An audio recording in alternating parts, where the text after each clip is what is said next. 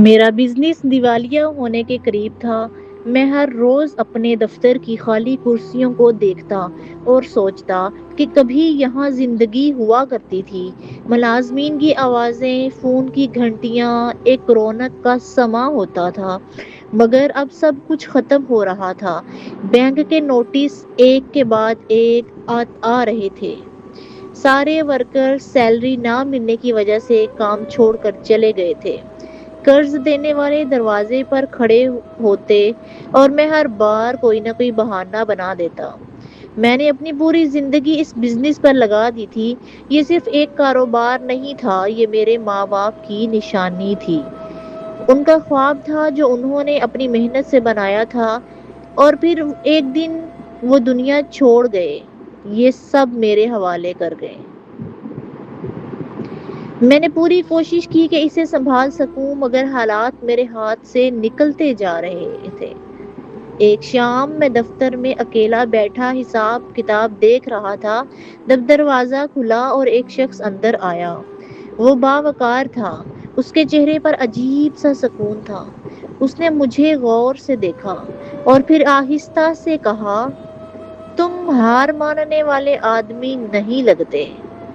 میں نے تھکی ہوئی آواز میں جواب دیا، حالات نے ہرا دیا ہے۔ اس نے کرسی کھینچ کر میرے سامنے بیٹھتے ہوئے کہا، اگر میں تمہاری مدد کروں تو کیا تم دوبارہ کھڑے ہو سکتے ہو؟ میں نے حیرت سے اس کی طرف دیکھا، کیونکہ ایسے وقت میں کوئی بھی بغیر مطلب کے مدد نہیں کرتا۔ میں نے پوچھا، آپ کون ہیں اور کیوں میری مدد کرنا چاہتے ہیں؟ اس نے مسکرا کر کہا، میں بہت بڑا بزنس مین ہوں، لیکن جب مجھے پتا چلا کہ تمہاری کمپنی کے دیوالیہ نکلنے والا ہے تو میں نے سوچا تم سے ایک ملاقات کر کے دیکھ لوں، کیا پتا تمہارے کچھ کام آ سکوں۔ میں ایک نرم دل انسان ہوں جو کسی کو گرتا ہوا نہیں دیکھ سکتا۔ اس کی باتوں میں ایک ایسا اثر تھا کہ میں نے بنا سوچے اس پر یقین کر لیا۔ اس نے مجھے کچھ دنوں کا وقت دیا اور پھر واقعی اس نے وہ کر دکھایا جس کا میں تصور بھی نہیں کر سکتا تھا۔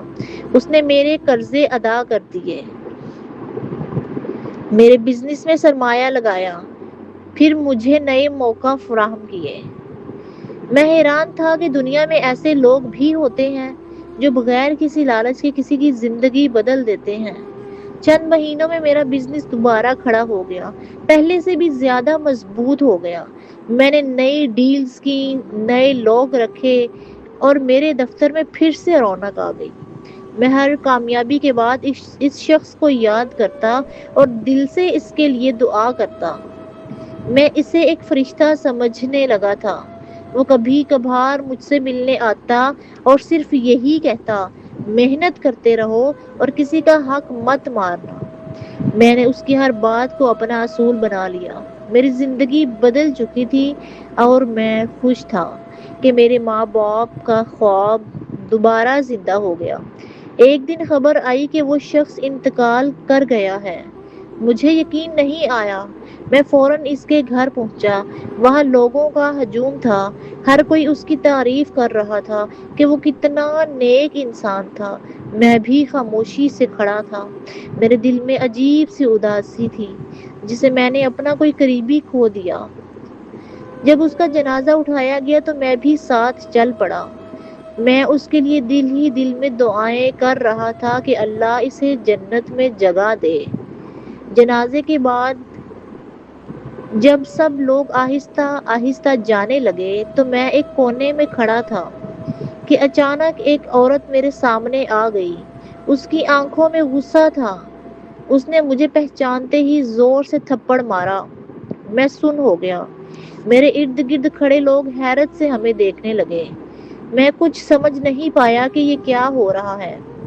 میں ہکلاتے ہوئے پوچھا، آپ کون ہیں؟ آپ نے مجھے کیوں مارا؟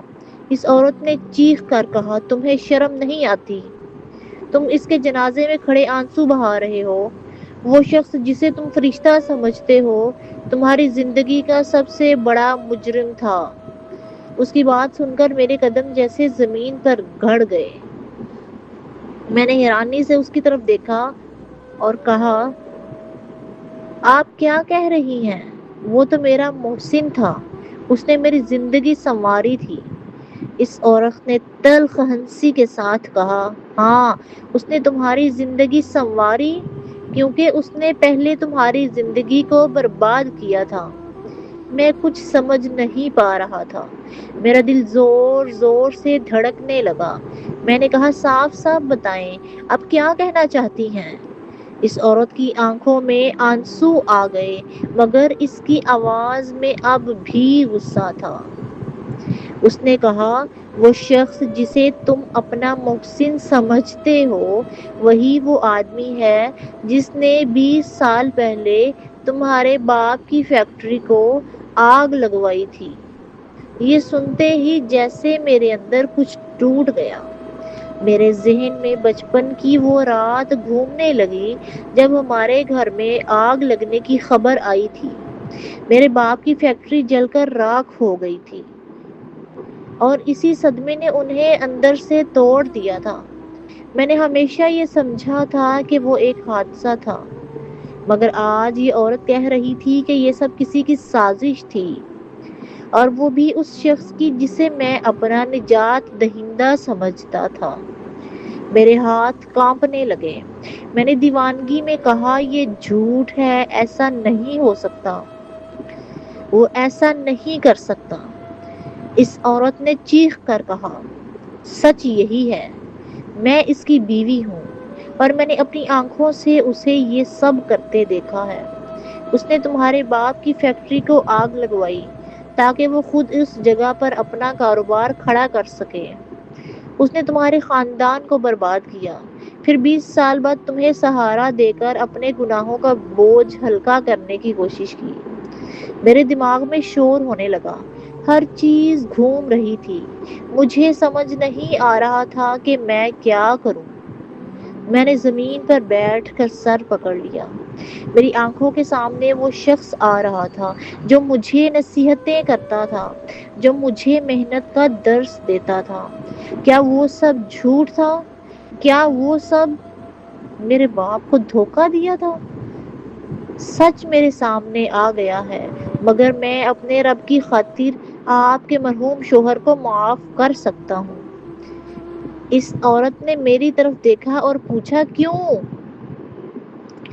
میں نے گہری سانس لیتے ہوئے کہا، اگر میں بھی نفرت اور انتقام کے راستے پر چل پڑا تو پھر مجھ میں اور اس میں کیا فرق رہ جائے گا؟ اس نے جو کیا وہ غلط تھا، مگر اس نے آخر میں اپنی غلطی کا احساس بھی کیا۔ اس نے میری مدد کی، شاید وہ اپنے گناہوں کا بوجھ کم کرنا چاہتا تھا۔ میں اس کے گناہ کو معاف نہیں کر رہا، مگر میں خود بھی اس کی نفرت کا قیدی بھی نہیں بننا چاہتا۔ کبھی کبھی اس کی قبر پر جاتا ہوں، وہاں کھڑے ہو کر میں اسے دیکھتا ہوں اور سوچتا ہوں کہ واقعی کیسا انسان تھا وہ، ایک ظالم یا ایک پشیمان گناہ گار؟ شاید وہ دونوں تھا۔ میں نے دل ہی دل میں کہا، تم میرے باپ سے سب کچھ چھینا، مگر پھر مجھے سب واپس بھی دیا۔ مگر تمہاری سچائی نے مجھے یہ سکھا دیا، زندگی میں سب سے اہم چیز دولت یا طاقت نہیں، بلکہ سچ اور انصاف ہے۔ اب وہ چلا گیا تھا، شاید اس نے توبہ کر لی تھی، اسے اپنا ضمیر چین نہیں دیتا تھا، اس لیے اس نے میری مدد کی، مگر اب وہ مٹی کا ڈھیر بن چکا تھا۔ دھوکہ دہی انسان کے کام نہیں آتی، کسی موڑ پر آ کر ضمیر ہر انسان کو ملامت ضرور کرتا ہے، اور انجام تو سب کا ایک ہی ہوتا ہے، ہر انسان ایک دن مٹی میں مل جائے گا۔ اگر کہانی اچھی لگی ہو تو ویڈیو کو لائک اور ہمارے چینل کو سبسکرائب کر دیں۔ اللہ حافظ۔